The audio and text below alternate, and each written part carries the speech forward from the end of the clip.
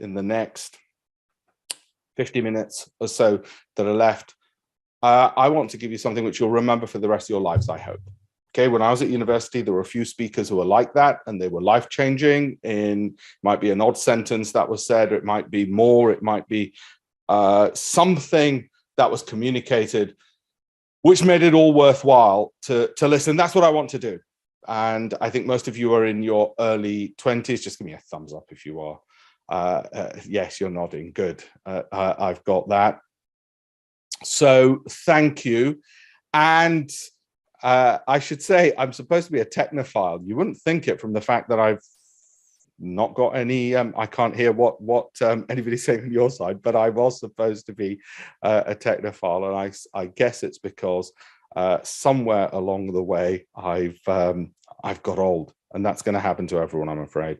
So I've got bad news for you. That part's going to happen. Hopefully what will also happen is you'll be lucky as I have. So how did it happen? How did it all happen? Well, this is Armley. That's where I was raised. Okay, and that's typically what the housing looks like. That's basically where I'm from. No silver spoon. I was born in Yorkshire. So how the hell do you go from that to, well, hopefully having a life of the freedom to do what you wanted to do, things which you find meaningful? It isn't just all about the Instagram and the Facebook posts, obviously, as you will know.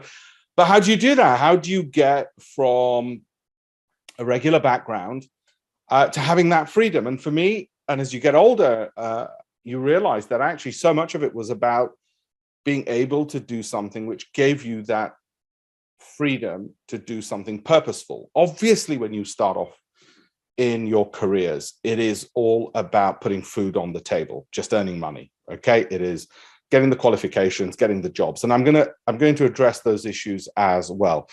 I have two roles. I'm an asset manager. I chose that role. You might think it's odd. It wasn't that I wanted to find that particular job. I wanted to be self-employed. So I originally trained as a barrister. And the other role that I have is I am what's known as one of the government's deal makers. And this is a slide I like to put up, sort of try and explain what I do. And you can see at the bottom right-hand corner what I actually do. I work with global companies to bring them to the United Kingdom on behalf of the UK government. Okay, so how, again, do you set up your lives, whatever you want to do, so that you can maximize your opportunities, make things hopefully easier for yourselves, avoid the kind of mistakes which I hope through what I'm going to tell you, you'll be able to avoid. And the best way to avoid mistakes is learn from somebody who's a lot older and others who can give you some guidance. And that's my job. That's what I want to do in this call. I want, ideally, your lives to have that freedom of choice, that freedom of opportunity, even if, like me, you came without a silver spoon in your mouth and you didn't have all the advantage. I didn't have anybody in my family who'd been to university. I didn't have the connections, the networks. Nobody had been in government. Nobody had been in the diplomatic service. Nobody had been in asset management. Nobody had been a barrister. Okay, there was none of those connections. There was nobody calling up someone and saying, hey, you know, can you do this? Can you do that? So how does one get that lucky? Okay, and that's what I wish for you guys, to have that opportunities. And this is what I'm going to discuss with you. One thing that I will tell you, I'm in the business of asset management, and I'll come to that and how I chose what I did, and whatever fields you go into, how you should perhaps go about choosing them. But one thing that I've always said and known about my field is this: it is the most useless profession in the world, the one that I am in. It is often said that it is the hardest easy money you will ever make. It is a completely stupid profession. When I was at university, my tutors used to say, whatever you do, do not go to the city and shuffle paper. And I used to ask, well, why? Why don't you want us to do that? I said, you are at this privileged institution when I was at university, where you even have one-to-one tutorials, and some of them are Nobel Prize winners. And if you go to the city and just shuffle paper, you'll be wasting your life. And they're absolutely right. Okay, but you have to put food on the table. And you will know asset management or finance is one of the most useless professions in the world, because you get paid so much more than nurses. My mum used to be a nurse, and you add, on the whole, generally less value to the world than obviously we'd like you to think we're incredibly important, and without us your parents wouldn't have mortgages and all the absolute nonsense. Okay, but if it's something, whatever career you go into, if it's something you enjoy and can pay you money and you can find a purpose from it, you will have hit the 3 goals: something you enjoy, something that pays, and something that has purpose. Those are the 3 goals in life. You want to hit the bullet, the sort of bullseye in between those 3. For me, that's what this did, only because I could use the freedom and the finance that I got from my profession to find something purposeful. Now, when you're in your early 20s, purpose seems a hell of a long way away, although I think that's increasingly becoming something which people even younger and younger are focused on. In my time, nobody really thought about purpose. It was like, yeah, just get your head. And in my parents' generation, you probably got slapped if you said purpose, and this is just shut up and get a job and make sure you get paid. So find that purpose, that bigger purpose in life. For me, I happen to be co-chair of the Loomba Foundation. We look after widows and orphans, and most of life is about getting up in the morning because of the stories you can tell yourself as to why what you're doing matters. Now, for me, the story I can tell myself why what I'm doing matters is because of the other things I do outside of finance, whether it's, and there's concentric circles, whether it's looking after my family, whether it's looking after my community, whether it's looking after the work I do for my country in my capacity as deal maker and so on. Whatever those stories are, you're going to need them to find that fulfillment and find that purpose. And that'll become increasingly important. It won't at 21 or 22, 21, 22. I got a job at PwC. Yay, got a job at Goldman Sachs. Fantastic. God bless you. Well done. It'll get hollower without that bigger purpose. And use those firms or wherever else you get jobs or entrepreneurship or business to have that springboard, to have more meaning in life. And as I say, it gets more and more important. Trust me, I was at university with people who had as little as I did, and they went on to get their Aston Martins, they went on to get their multi-million-pound homes, and it was all fantastic, except I'd get the calls from them while they were in tears saying, is this all there is to it? And you might think, well, I like that level of hollowness, Alpesh. So plan ahead for having that purpose. How are we going to do that? And how would you invest? Because after all, we marketed this as about why investing is important. So many of you will be interested in getting to the chase, and you won't care about the rest of the world and community and purpose. You'll just want to fill your pockets. By the way, my business partner for my asset management company, he's a Warwick alumnus as well. These are various things I believe in. I'm going to make sure you've got this afterwards. This presentation, Neil's got it. He'll send you a PDF afterwards. Okay, I believe in goals and strategies. It sounds a bit dull. And whenever I said this on my, believe it or not, TikTok channel, people said, oh God, but surely life's about having fun when you're young. Boring, goals, strategies. What is wrong with you, you weirdo? I was told I had a problem with my English. I came in my very first year at school, 33rd out of 36 in school. I ended up coming first, I should say. I mean, I didn't always remain really bad. Whenever there were those problems or hurdles, no matter how far back, and some of you will think, oh my God, how am I ever going to get up that ladder? How am I ever going to achieve? And I do believe in being elite. I'm an elitist. I do believe you should try to be the best you can be.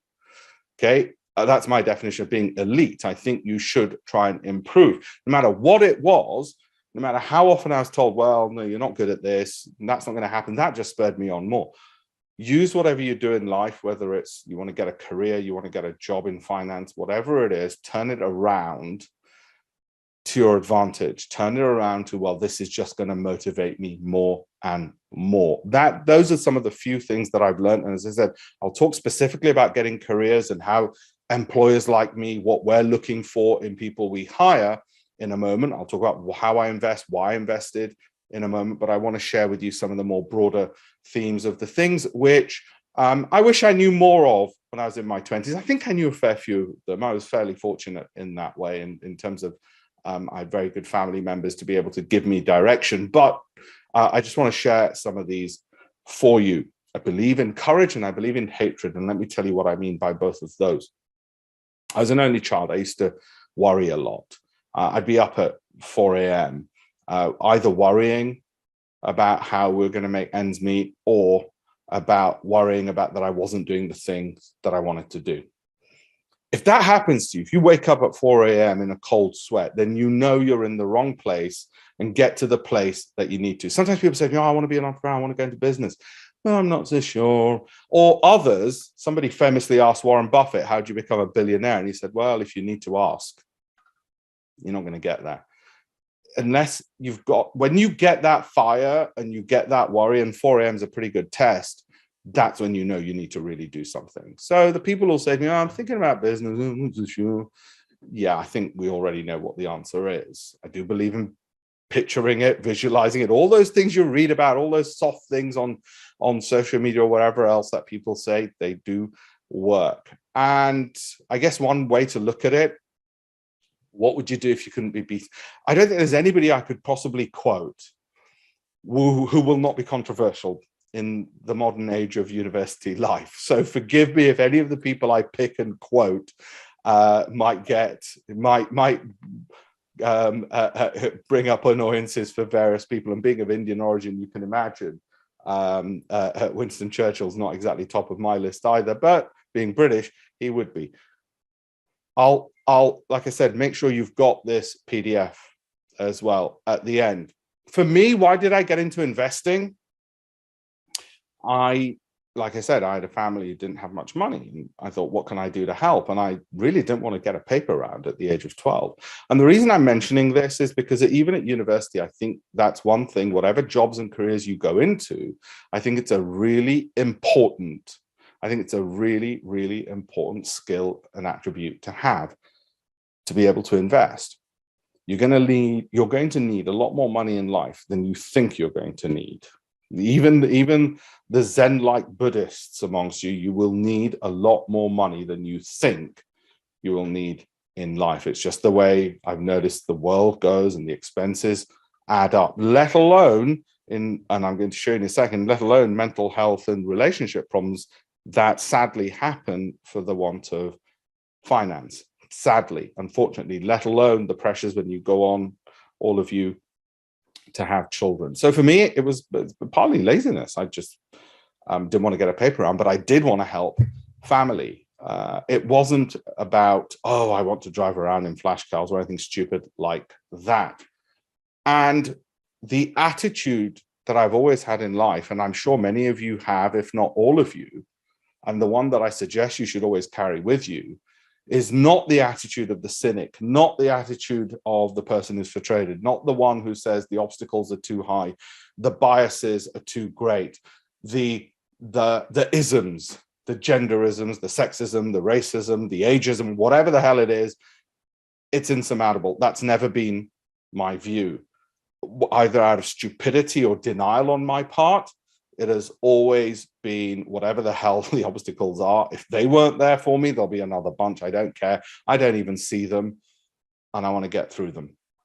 If you can get that mindset, and I'm not the only one, I'm not the first one ever to have said it to you, I won't be the last one, hopefully, ever to have said it to you, it will make a difference. It'll make actually all the difference in terms of the success. I do believe in planning, do believe in looking ahead.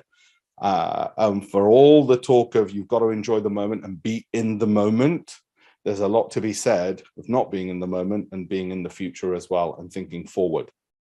I do also believe that the greatest fulfillment that you will get in your life, the things that when you look back and you say, you know what, all that education I got, that privileged university education I got, it was worth it, is when, as happened to me today with, I think, 2 messages I got.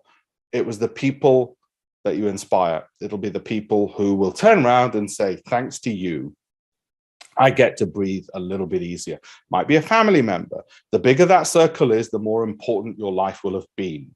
Even if that circle is just your spouse and your child, that's bloody good enough. That's good enough. At least you won't be invading countries or causing damage to society. But if it's a bigger circle than that, that you can inspire, think in those levels. Whatever job you might be in, you might go on to, like I said, I'll just pick a regular one, KPMG, right? Regular, or a mid-tier accountant, whatever it is. You will, within those firms, be able to join programs to help change the world and inspire others and be a leader and help others dream. I hope you will think in those terms. Your lives will be a hell of a lot better for it. It's just human nature. That's how our minds work. Unless you're desperately, desperately cynical, and none of you are, otherwise you wouldn't even be here. Okay, so I want to talk to you about the investing side, job skills, because you're worried about that right now. That's the thing at the moment. Job skills. What are the kind of job skills which employers are looking for right now? Okay, so I want to talk about those. And then again, a touch upon some of the life lessons as well. Hopefully that sounds good. So let me go on with that. Now, at your age, and you're sort of like pre-start to me. So for me, 29 is when I think my life actually started. I sort of knew what I wanted to do with my life. And you might think, what the heck? Albish, we thought you must have had it all worked out and all the rest of it. And at your age, I thought I was just going to be a barrister. You know, I thought there's a conveyor belt, I've done my A-levels really well, got university, get the degree, go off and be a barrister. And then one day it occurred to me, it might not to you. And I've got a cousin he's a partner at Deloitte. You know, he chose a more regular path, and life's great for him, I should say, as well. But for each of us, the issue was, what do we actually want to do with the rest of our lives? Now, for me, and I was sitting in chambers one evening. It was a Friday night, and we were looking at, I was looking at EU legislation on some regulation on consumer rights, and I noticed the Italian version didn't have a comma, and EU law was that all versions, all languages are equal. Therefore, if the Italian didn't have a comma, that was great. We could use that for us. I got so excited. And then I thought to myself, on a Friday night, 7 p.m., I got excited because the Italian version of a regulation in EU law did not have a comma. There is something wrong with my life. Now, that's just me. Okay. And that's when I decided I'm not going to be doing this. The world's too big. There's too much to do. It's my life. This is not right for me. That's not to say being a barrister is wrong. The person who's about to start investigations at the International Criminal Court on war crimes in Ukraine was at bar school and law school at the same time as me. There are useful things you can do in whichever career you're looking at. It's just that for me, it wasn't the path. And so the reason I say this is, if you haven't worked it out what you want to do, don't worry. 21, I thought one thing, something else had happened. Took 8 more years before I even worked it out. So don't put too much pressure on yourself. You haven't quite worked out what you might want to do. You know you've got to earn money. Okay, it's just one of those things. But beyond that, if you haven't quite worked it out, how do you work it out? I was lucky in that I knew from an early age investing and being self-employed were 2 important characteristics. The trick was, what do I enjoy, what pays, and what has a bigger purpose? Try and find something which fits for you in that, and it'll take a lot of experimenting. I couldn't work it out on a piece of paper. It wasn't until I tried different things that it suddenly resonated. And of course, as a result of which, when you do anything that you enjoy, something where, you know, the whole thing, you're in the zone and time flies, you will naturally excel at that. People sometimes ask me, what university degree should I do? And I say, the one that you love the most, and hopefully it will pay and lead you to do something purposeful and give you freedom of choice. You will just naturally excel, because that you'll work that extra 5 minutes or 1 hour.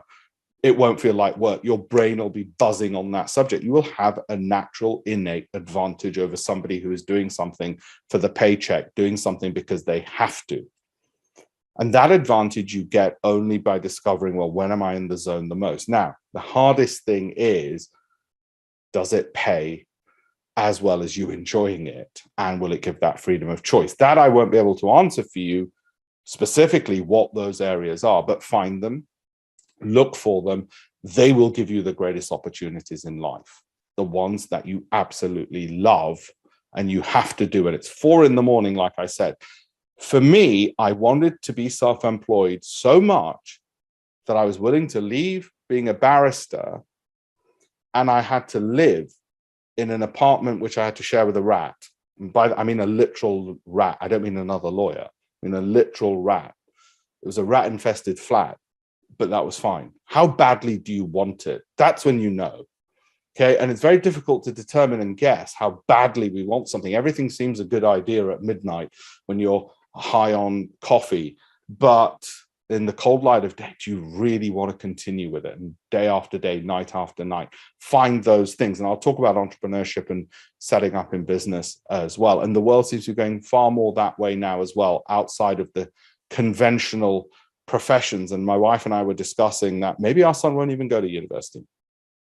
It might be just, I mean, you look at the careers, you look at the people who are leaving careers and careers they're going into, who knows? But what it'll be is, as long as he excels at what he does and can put food on his table, because there's some responsibilities you have, then that'll be fine. And he's got the freedom and choice to do whatever. But I want him to excel, i.e. tries best at that. What are my top tips in terms of the skills, either for jobs or anything in life?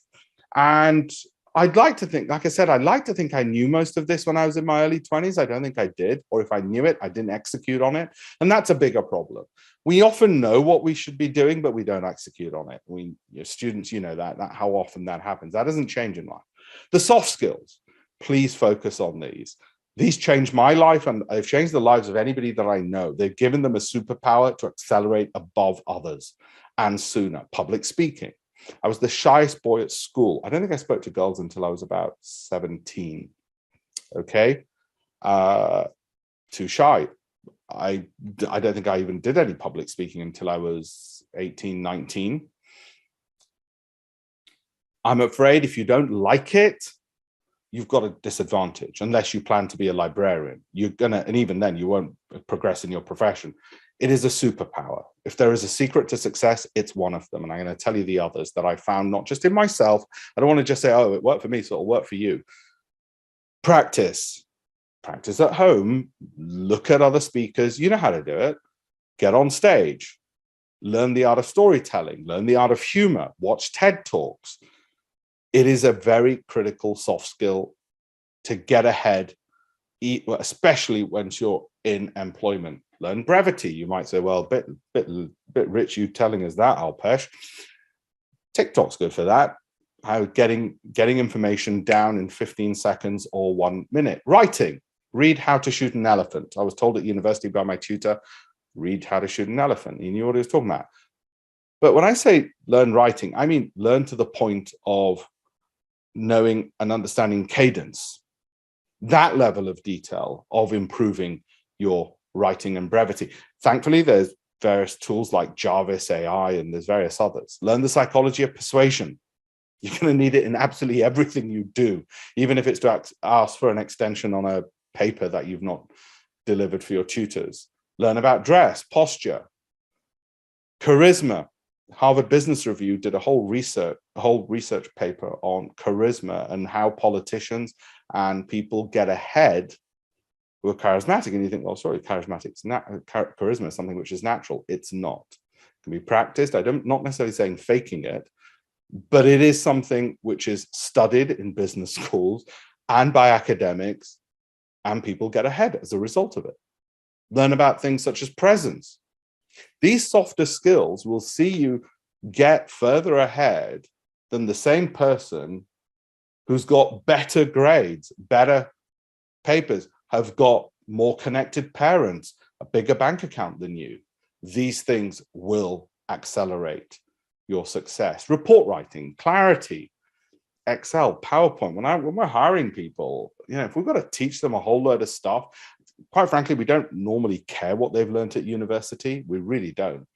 What we do is we give them our own tests. And you know this, when you apply for your jobs at McKinsey or Investec or whatever you're going to go, they're going to give you their own tests. Why do they give you their own tests if you've got a university degree? It's because the things that they want you already to be up to speed on, you're not taught at university in most times. Learn research skills, likability. This, when I see my colleagues in government, when I see people moving up in my profession, in others, and you might say, surely that's not, you've got lots of exceptions to that rule. Yeah, there are exceptions. On the whole, likability gets you far further ahead. The reason I've been so lucky, that was me showing the Duke and Duchess of Cambridge around in India when they visited. I was lucky in that the reason I was selected for that by our Deputy High Commissioner. I've no doubt it wasn't because of my looks. It wasn't because of my innate skills or my university degree or anything else. I think it's because of likability. I think the Deputy High Commissioner thought, you know what, Arpesh's a good chap. He's always working with us, helping us, and so on. I really think it was that. Things will get you ahead, and those things then lead to further springboards, further opportunities. It's getting on stage and being up front and center. I'm afraid one thing which frustrates my wife, she's global head of the venture capital unit in the UK government, which means she's in charge of bringing all the big funds from around the world, like Sequoia and the Sovereign Wealth Fund, so the Saudi Sovereign Wealth Fund, and the Singaporean Sovereign Wealth Fund, and so on, all that money into the UK.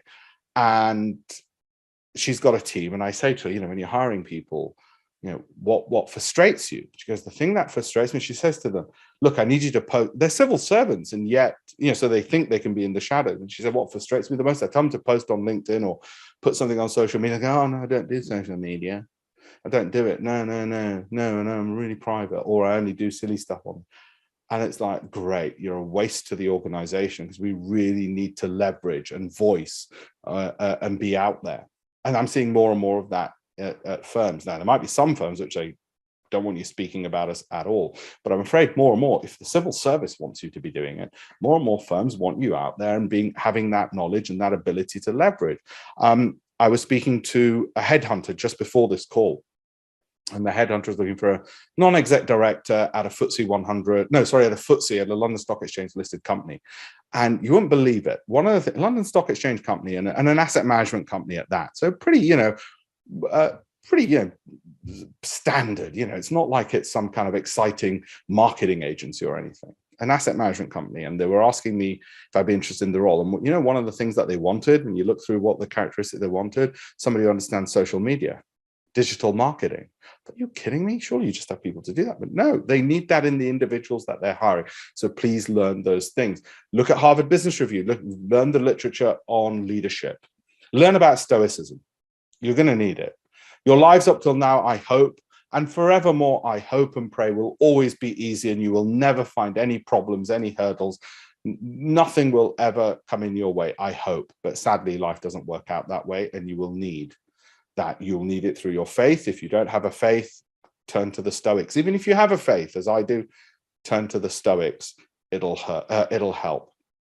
YouTube, there's a fantastic channel on there, Red Frost Motivation. Phenomenal. It'll give you the poetry and the quotes to get you through the toughest days, I hope. Okay, get a good degree. I don't know how many of you have come across Ali Abdaal on YouTube. He got the, do you guys know me? I can see some of you smiling and laughing.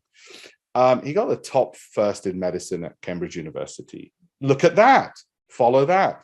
Okay, I'm going to come to the investing part. Learn to think. Anything by Warren Buffett will teach you to think about investing. Books, Thinking by Anthony Flew. Marry well. I'm not sure I can give much advice on that, but marry well, be careful, think it through.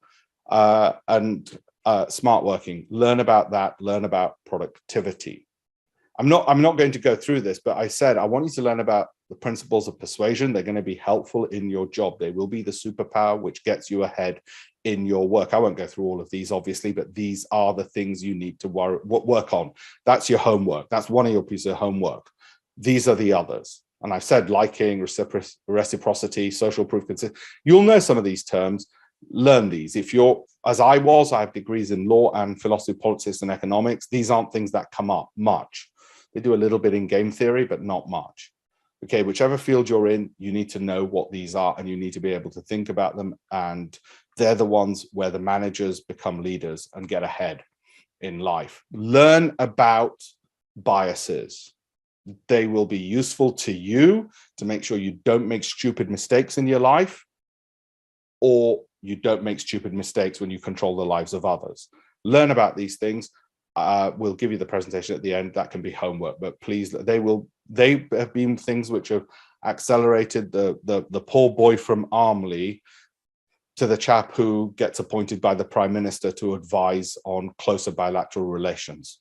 Okay, they make a difference. They make that much of a difference. They make your life that much more meaningful because you get further ahead. You get more opportunities. If you get more opportunities, you get the freedom to choose purposeful work. Avoid, for instance, and this is what I mean about biases, avoid overconfidence. The men tend to be more overconfident than women. Research shows it. Women, and I've written a book about this for women entrepreneurs. I co-wrote it with my sister. Women get more confident. You do us men, and the research shows it, a great favor. You allow us to take credit, to take what's yours, to take higher pay, time and time again. I don't mean be bolshy and attack men or whatever. Don't lose the other principles of likability, but the research to this day, and the headhunter I was speaking to confirms it, and the research which I published in my book confirms it. We get away with a lot as men, and we get further than we should because too often the women stand out of the way. Not always, but very often. That's not to say it's the women's fault. It's not what I'm saying. I'm saying statistically, time and time that happens. So I'd say to the women, get more confident, and the men ease back on the ego. My tutor, I went back to university and I said, how's the results? How's the study? He goes, you know what? He said, the boys are doing well, but they're blagging and bullshitting. He said, the girls aren't doing as well, but they know more. And that's literally what he said. And we talked about it and discussed it and learn about those biases. Charisma, again, homework. There's the researcher was this chap, Atonakis. I was asked to give a talk on leadership and working with different teams within government. And this is one of the things that I showed them. And his research, and he went through all of this, explained how the charismatic got ahead, how they used in their talks, their speeches, their comments, things which I thought, no, surely not. You're kidding. What? They learned about rhetorical questions or metaphors and analogies and telling stories and they got ahead? Yeah, it worked. People remembered things. I thought, well, surely it's about merit. No, it was about communication. It's all part of a bigger story of communication. Learn that part of things as well. So put in another way, I dare you to have that magnificent obsession. Find that magnificent obsession, which will be the story of your life. Now, sounds silly maybe at 21 where you're saying, listen, I've got to make next month's rent or whatever else it is, but do think ahead. For me, being that shy boy who was told he had a problem with his English and so on, for me, if I wasn't excited about what I was going to do, I just try to make it bigger and bigger and bigger until I was. Okay, so if it was, oh yeah, I think, I'd like to write an article or I'd write a column, that didn't get me excited. Then it was right, okay, that's not exciting. I'd like to write a column in the Financial Times and it be read by everybody in finance. Until it was big enough to get me excited to do it, then the problem wasn't me and problem wasn't the activity. It was that it just hadn't thought big enough. Make your story bigger. Like I said, listen, little kid from Armley in Leeds with no connections and no silver spoon. It was because the stupid boy decided he could do anything and think big enough. Okay. Steve Jobs' famous speech at Stanford. If you've not seen it, I'd be shocked. But if you've not seen it, do join those dots in whatever area of life you choose. I've said I was lucky. As I get older, I realize how much of it was luck. But if you want to make more luck, find something which is bold. Do lots of it, that's volume. Make it as original as possible and make sure it adds value to others. That's what luck is. Now, I'll give you a specific example. I wanted to be a hedge fund manager. I just loved investing. I just loved it. And coming back to that whole investing story, I loved investing. I wanted to be a hedge fund manager. How the hell do I meet the world's leading traders? I was at university, like you guys, and it was the rest of my life I was playing with. And I wasn't just going to, throw the dice and hope for the best. I needed to meet the world's leading traders. So I approached through letter 10 of the world's leading traders. And I wrote to them, I said, look, if you agree to be interviewed by me, this was the bold move. The Financial Times will publish it in a book. And I said to the Financial Times, look who I've got. And guess what? It worked. That was the bold move. The traders agreed, and the Financial Times agreed. The book got published. I had to write a lot of letters. There was a big volume issue in there. Okay, it was original because somebody hadn't done a book quite like that one, and it gave value to people. I don't know what the equivalent is today or in whatever your field is. And I was lucky that idea came to me because my uncle thought of it. Okay, somebody you'll need to think of it, or you'll need to think of it. But if you want to make more of the luck, which is stupendous, and from that, and remember I talked about publicity and all, and you might say, oh, I don't want to be in front of the cameras. My wife always says to me, not everybody's like you. No, you might not want to. It might be in a job and you need your name on a report. If you're always going to be a wallflower, that's fine. As long as you're happy, that's fine. But if you want to get ahead and you wonder why your effort is not resulting in the results you want, it's often because of one of these other factors. That's why this is really addressed to those who do want to get further ahead. And that's one thing that works. And as I say to my colleagues in government to this day, I don't like working hard in the dark. I like to work hard and advertise, not in an obnoxious way, I hope. When Merrill Lynch HSBC approached me, and they said, look, would you tell us what you're thinking about the market? I said, yeah, on one condition, it always has to have my name on it. You might say, what, you egomaniacal whatever. And that wasn't the reason. That wasn't the reason, contrary to what my family still thinks to this day, is because if it wasn't branded and the brand doesn't become you, and I'm not talking about just that as an example, but whatever you're doing at work, if your name's not there, whether you're on stage, whether you're giving a speech for your firm, whether you're leading the unit on gender equality, on diversity, on whatever it might be, whatever that magnificent obsession is. Because for me, there's the widows and orphans work. For you, it might be, and there's a lot of hate going around in the world. It might be they hate your religion, they hate your color, they hate your gender, they hate your sexuality, they hate your race. There's going to be something you can find which you want to fight back on. But without that, developing those skills in that name, you won't be as effective otherwise. And that's why I say, do make sure you get that credit. You do stand out and learn those skills to do it. And those little moves, inch by inch, will get you further ahead. It'll get you selected and it'll allow you to truly flourish, because it'll mean the skills and the hard work you're doing now at university gets richly recognized. I'm not talking shortcuts. What I'm saying is you get the recognition you deserve. You've all got a voice and things that you want to say in life. That they won't count. The frustration comes, and you don't want to be frustrated in your middle years.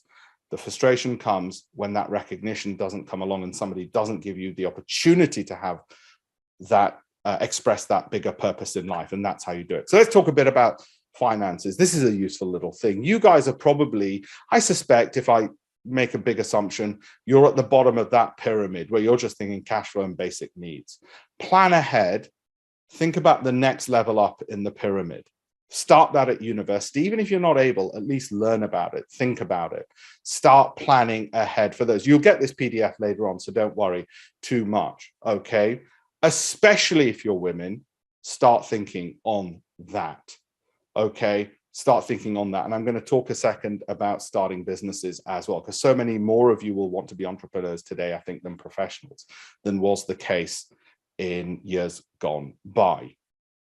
One of the other reasons why I want you to think more about investing now at university, you might not have the money, but start thinking about it, start plotting, start learning, start strategizing, is this piece of data. I created a free website where I want to teach 1 million people how to invest. Okay, it's a completely free website. And this was data from brokers called Bruin Dolphin. That problem of not having money or not having the money work hard enough, and it's a bigger problem if you're from an ethnic minority and if you're a woman, because you have, as you go through the years, less money. You're paid less for the same work, as we know from the data as a general rule. So it has bigger problems than just not being able to drive around in a nice car and all the kind of middle class stuff. No, it has problems for your relationships, for your mental health. So it gets serious.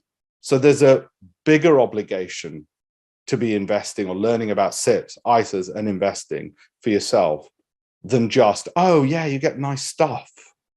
Okay, as you get older, you start ditching all the nice stuff anyway, and it becomes less and less important. But you need to go through the experience of having the nice stuff. Fine.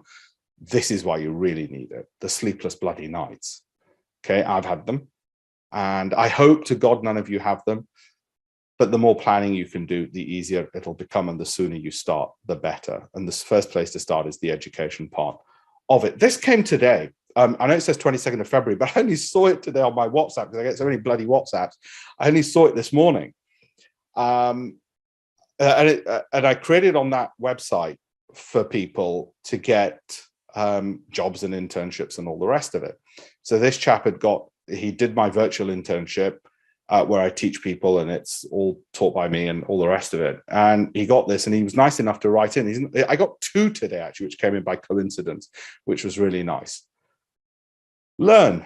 Okay, it'll open up the doors because you were proactive, because you weren't cynical. I'm sure none of you here are sitting here thinking, yeah, but you know what? I've got 50 excuses why I can't make it.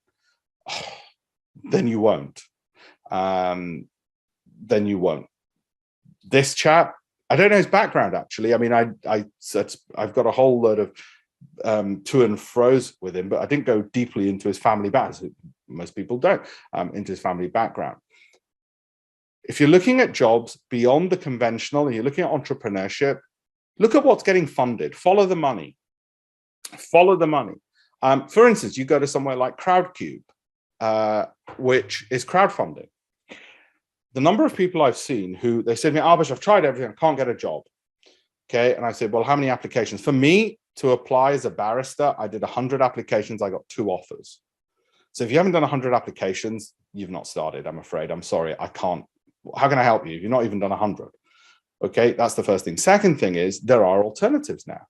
When you look at the companies which have just got funded, somebody's got $1 million or 2 million just funded, and that website is one of several which will tell you who's just got the money. Let's think smart. If they've just got the money, what are they going to do with it? They're going to hire people. If they're going to hire people, let me apply to them. And you might think, well, yeah, it's not Goldman's, it's not this, that. That's fine. Apply to those as well. But there's some big name fintech companies there, or whichever field you want to be in. I assume it might be in finance or in business. If you're looking at setting up your own business, have a look at those. Have a look at those business plans. Start mulling it over. Business ideas don't come as a flash of lightning. Usually they're usually an iteration. Have a look at, there's a free website I created for my government work, but it shows you all the resources available to people who want to setting up their own business in the UK, like business plans and all of this free resources called Tech to Great. Tech and then the number 2 and then great.com. Tech to Great. That's on there. The one thing which will create that prosperity for you and your country and wealth is property. And property isn't, I don't necessarily mean real estate. Patents. There's a direct correlation between the wealth of nations and the amount of money they spend on R&D, which results in patents. This is what the world would look like if you reshaped it according to the research and development expenditure they incur. It's pretty close to the wealth of those nations in the world as well, if you reshape them.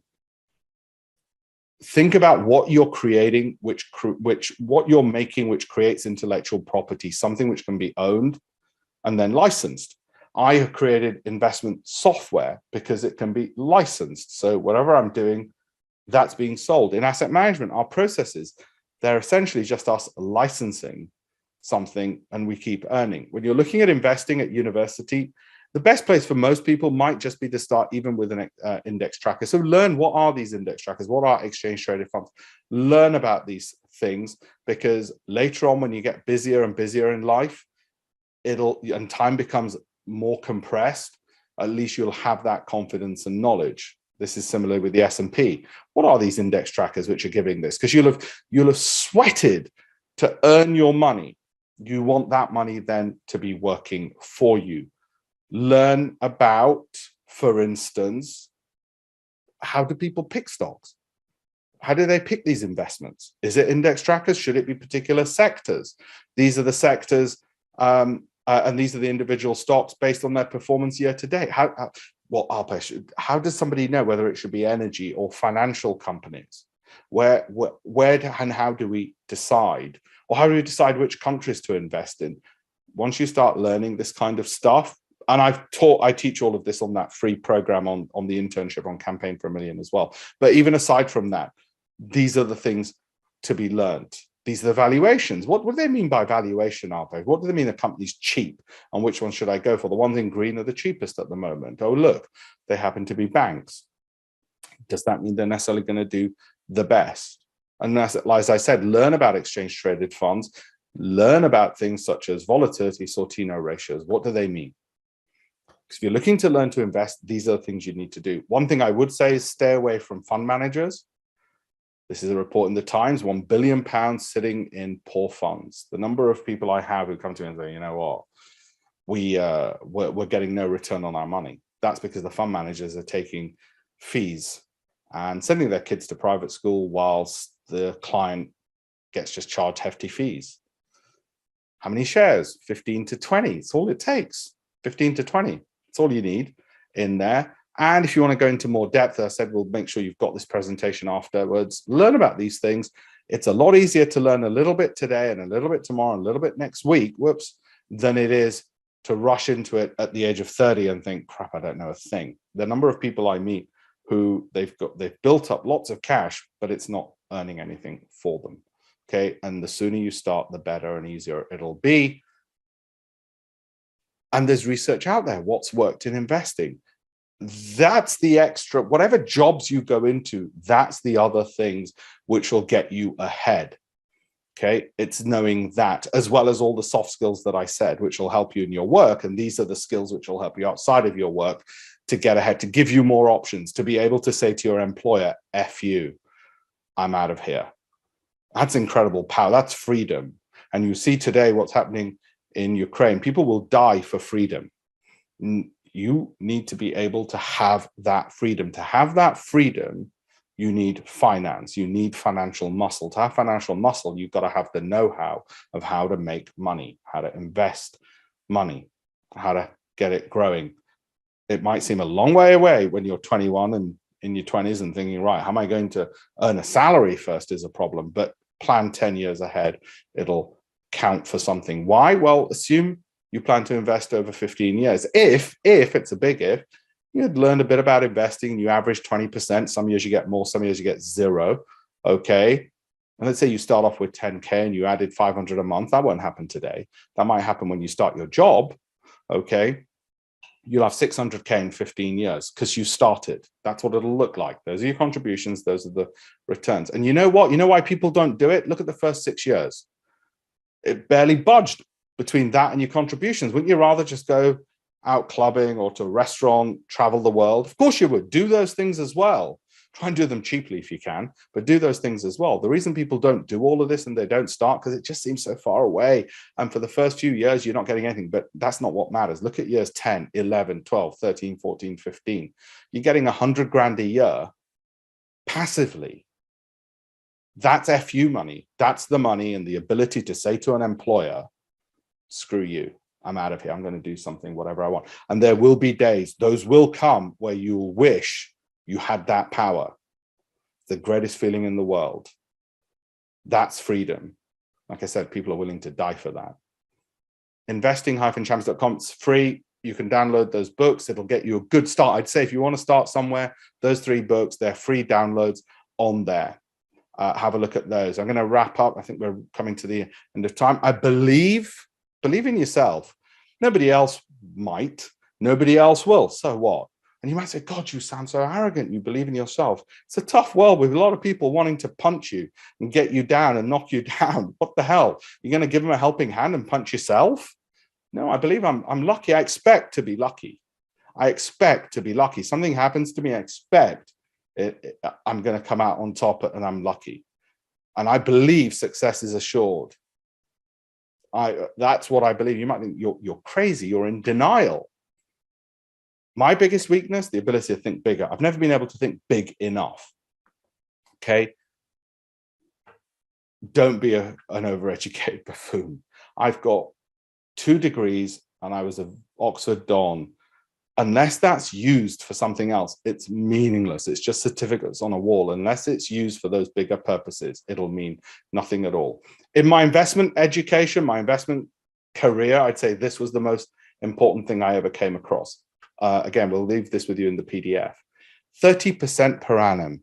If you want to know if you're a conspiracy theorist and you think, Goldman Sachs, do they know something the rest of us don't? What are they telling their wealthiest clients? This is from their investment research at Goldman Sachs Wealth Management. And I was sitting at a lunch.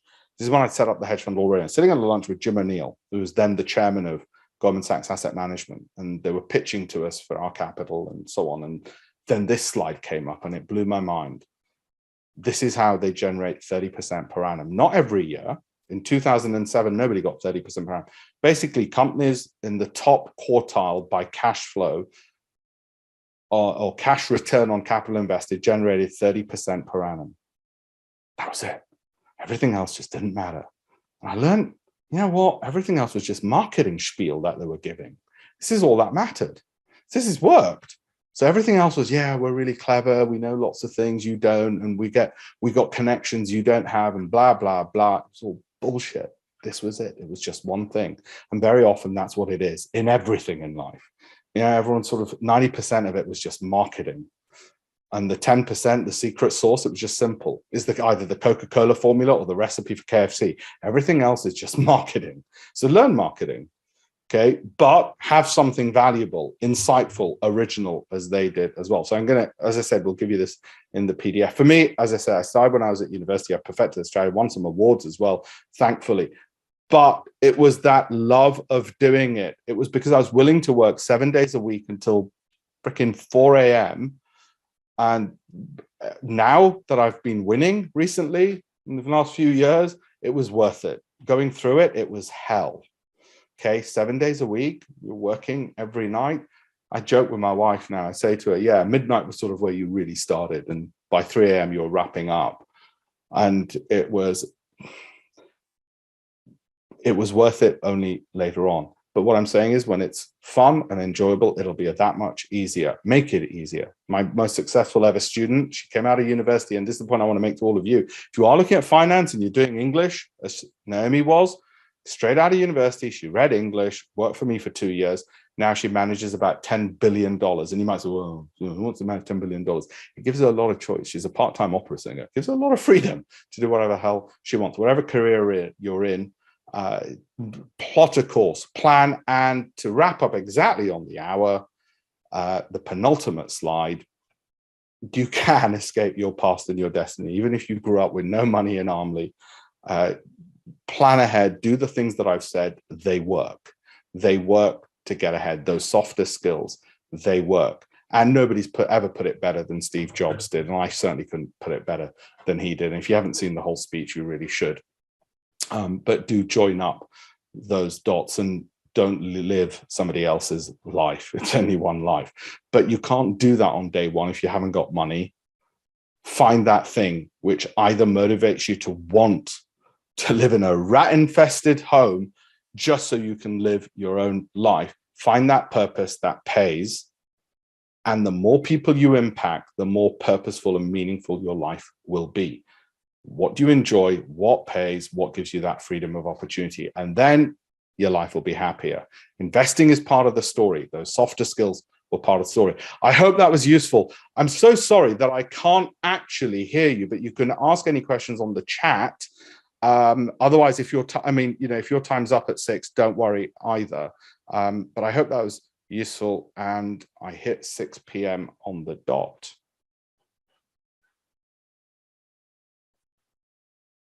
And I'll wait for questions on the